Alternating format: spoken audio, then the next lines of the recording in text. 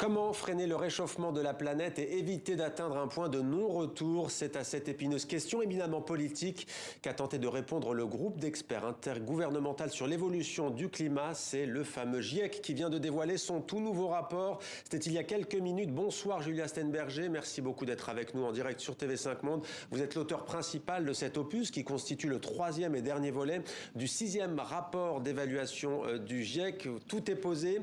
Alors, il a fallu d'intenses négociations. Est-ce que vous pouvez nous dire, nous dévoiler ce que dit dans ces grandes lignes ce rapport? Dans ces grandes lignes, ce rapport explique que nous sommes lancés sur la mauvaise trajectoire, tout d'abord. Donc nous sommes loin de l'accord de Paris. Nous allons plutôt vers les 2,7 degrés, voire les 3 degrés, que de rester à l'intérieur des 2 degrés ou des 1,5 degrés. Et donc cette trajectoire très très néfaste qui est la nôtre actuellement des politiques actuelles pourrait être freinée grâce à des technologies et des politiques qui changeraient, transformeraient en fait nos modes de vie et nos façons de faire.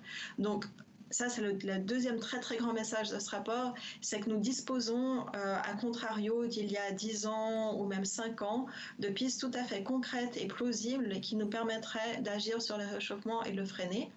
La troisième grande leçon de ce rapport, c'est qu'il n'existe pas d'autre moyen d'avoir un développement durable. C'est-à-dire qu'un réchauffement sur notre trajectoire actuelle serait désastreux pour la santé, serait désastreux pour l'inégalité, serait désastreux pour la faim dans le monde, pour tout ce qui est intempéries, vagues de chaleur et autres impacts.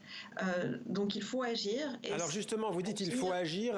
Vous disiez qu'il y aurait une efficacité énergétique et sobriété pourrait réduire les émissions de 70%. Concrètement, qu'est-ce que vous préconisez ?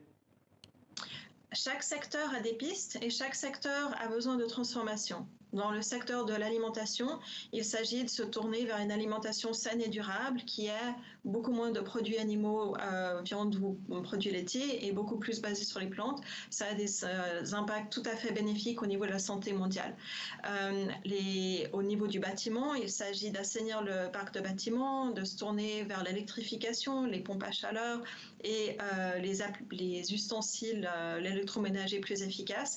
Dans le secteur du transport, il s'agit de se tourner vers l'électrification du secteur du transport, les transports en commun, la micromobilité électrique comme les vélos électriques ou les trottinettes électriques qui sont les reines un petit peu partout dans le monde, dans nos villes. Pardonnez-moi, mais il y a toujours ces échéances. Par exemple, dans votre rapport, vous dites réduire d'au moins 60% charbon, gaz et pétrole d'ici 2050. C'est ce que dit l'ONU aujourd'hui. En même temps, l'ONU dit que les gouvernements et les entreprises mentent. C'est ce que dit le chef de l'ONU.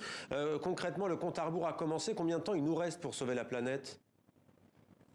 Le rapport est aussi complètement formel. Pour rester à l'intérieur des 1,5 degrés et des 2 degrés, il faut que les émissions atteignent leur pic global d'ici 2025. C'est dans 2 ans et demi. Donc plafonne d'ici 3 ans. Voilà. Pour que le monde reste vivable. C'est pas une question de vivable, c'est une question de sauver et de protéger tout ce que nous pouvons. Il n'y a aucune raison de ne pas le faire. Les pistes sont très très clairement décrites dans ce rapport. Cela touche tous les secteurs et c'est tout à fait raisonnable et faisable. Il s'agit aux citoyens et aux personnes qui nous écoutent, à tout le monde de s'engager pour le réaliser. Un dernier mot, il nous reste 30 secondes. 10% de ménages les plus riches représentent jusqu'à 45% des émissions selon l'ONU. Ça aussi, c'est un vrai débat politique. Est-ce que c'est aux pays les plus pauvres du Sud de payer alors que ce sont les plus riches qui polluent la planète ?